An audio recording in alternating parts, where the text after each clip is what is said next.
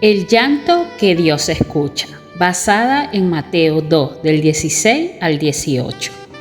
Hay dolores que no se pueden describir, gritos que no se pueden contener, lágrimas que no encuentran consuelo humano.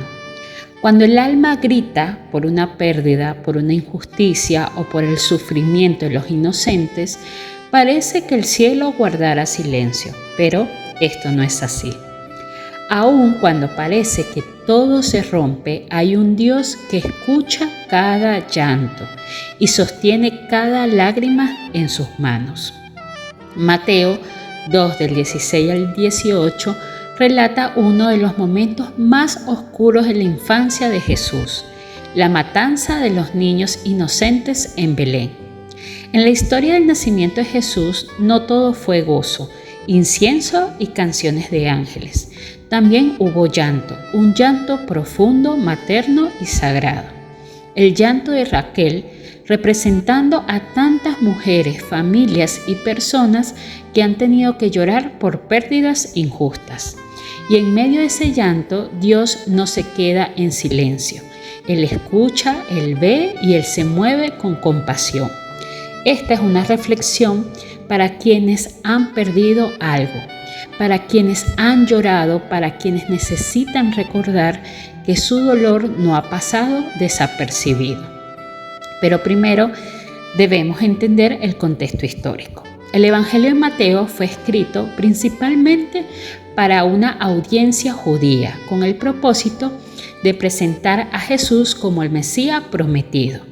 Desde los primeros capítulos, Mateo fuerza en mostrar cómo la vida de Jesús cumple las profecías del Antiguo Testamento. En Mateo 2, del 16 al 18, se relata uno de los eventos más tristes del Nuevo Testamento, y es la matanza de los niños en Belén. Este acto fue ordenado por Herodes el Grande, que era un rey astuto y despiadado, que estaba dispuesto a cualquier cosa con tal de conservar su trono. Aunque Herodes no era judío de nacimiento, había sido designado por los romanos como el rey de los judíos, un título que lo obsesionaba y lo llevaba a protegerlo. Cuando los sabios del Oriente, o sea, los magos, llegan a Jerusalén preguntando por el rey que ha nacido, Herodes siente una amenaza directa a su poder. Les pide que una vez encuentre al niño regresen para informarle, supuestamente para él adorarlo. Pero su intención era eliminar a este nuevo rey. Al darse cuenta de que los magos no regresaron, Herodes reacciona con crueldad y ordena matar a todos los niños menores de 2 años en Belén y sus alrededores. Acá, en esta acción de Herodes, podemos apreciar una ira descontrolada. Es interesante que analicemos cómo Herodes cayó en ser víctima de su propia ira. En lugar de tomarse un momento para reflexionar y analizar la veracidad de lo que le decían los magos, Herodes decide tomar el camino de la violencia y la venganza. Su ira se tornó tan grande que decidió asesinar a todos los niños inocentes que no tenían ninguna relación con la supuesta amenaza que él pensaba enfrentar. Este pasaje bíblico representa la forma en que nuestras emociones pueden también nublar nuestro juicio y llevarnos a tomar decisiones equivocadas e incluso inhumanas. La ira es una emoción natural, pero debemos aprender a controlarla para evitar consecuencias terribles como las que ocurrió en Belén. En estos versículos también vemos cómo Mateo lo conecta este hecho con las profecías de Jeremías 31:15 y nos dice: Voz fue oída en Ramá, grandes lamentación, lloros y gemidos. Raquel que llora a sus hijos y no quiso ser consolada porque perecieron. Ramá era una ciudad cercana a Jerusalén y simbólicamente representaba el lugar del llanto, del duelo del pueblo de Israel. Raquel era esposa de Jacob y madre de José y Benjamín. Representaba a las madres del pueblo de Israel. En esta cita ella llora por los hijos que han sido llevados al exilio, pero Mateo la aplica al dolor de las madres de Belén, reafirmando que el sufrimiento humano también tiene lugar dentro del plan redentor de Dios. Este relato nos confronta con una verdad incómoda. A veces el sufrimiento llega sin explicación y nos preguntamos, ¿dónde está Dios cuando los inocentes sufren? ¿Por qué Dios permite el dolor?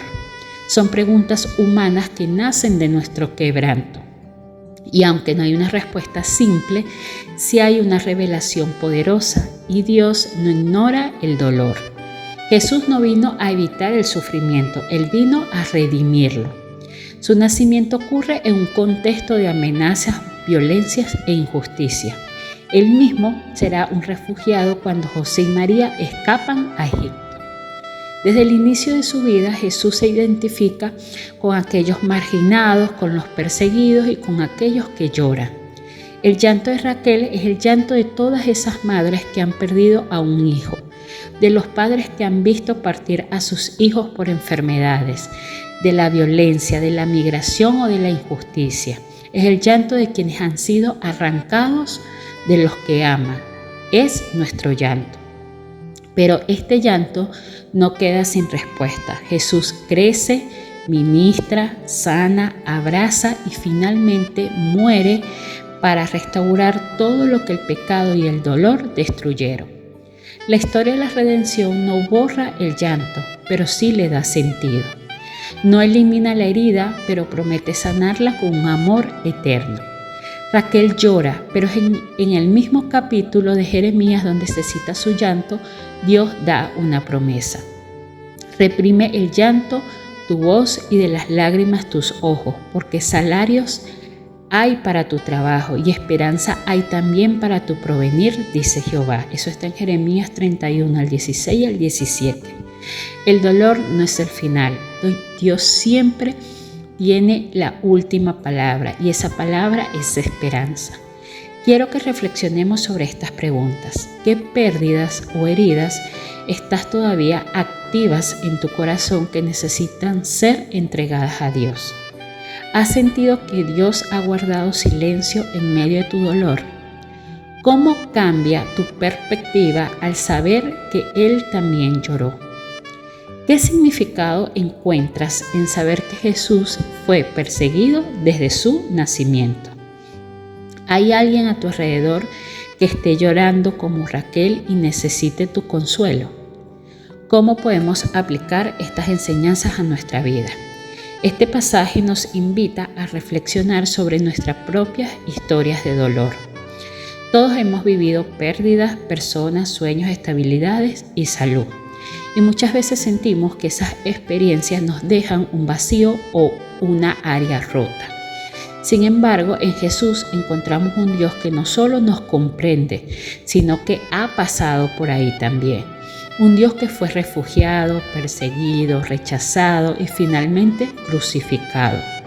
Pero también un Dios que resucitó, que venció el dolor y a la muerte y que nos invita a caminar con esperanza. Aplicar esta enseñanza a nuestra vida significa permitirnos sentir el dolor, pero también permitir que Dios lo transforme. Significa no cerrar el corazón al consuelo. Significa mirar al que llora y decirle: yo también he llorado, pero hay esperanza, no estás solo. También nos desafía a abrazar a otros en su duelo, a no juzgar el sufrimiento de nadie, a ser un reflejo del Dios que nos consuela. Oramos. Padre amado, hoy reconozco mi dolor delante de ti. Tú conoces lo que he perdido, lo que me han roto y lo que me pesa. No necesito esconderte nada porque tú ya lo sabes. Gracias porque eres un Dios que ve, que escucha y que actúa con amor. Gracias porque en mi llanto sé que no ha sido ignorado ni olvidado. Jesús, gracias por venir a un mundo que está roto. Gracias por compartir nuestro dolor, por caminar entre lágrimas y por traer esperanza a nuestra oscuridad. Te entrego hoy mi dolor, sana mi corazón y abraza mi alma. Dame sensibilidad para consolar a otros que lloren como tú me consuelas a mí. Que mi historia, aún con heridas, sea un testimonio de tu fidelidad. Amén. El llanto de Raquel sigue vivo en nuestro tiempo, pero también lo está esta promesa de Dios. Reprime el llanto porque hay esperanza para tu porvenir. Hoy, si estás en medio del duelo o de la pérdida, no te desesperes. Jesús vino precisamente a redimir esos momentos. Si hoy no eres tú la que estás llorando, mira a tu alrededor.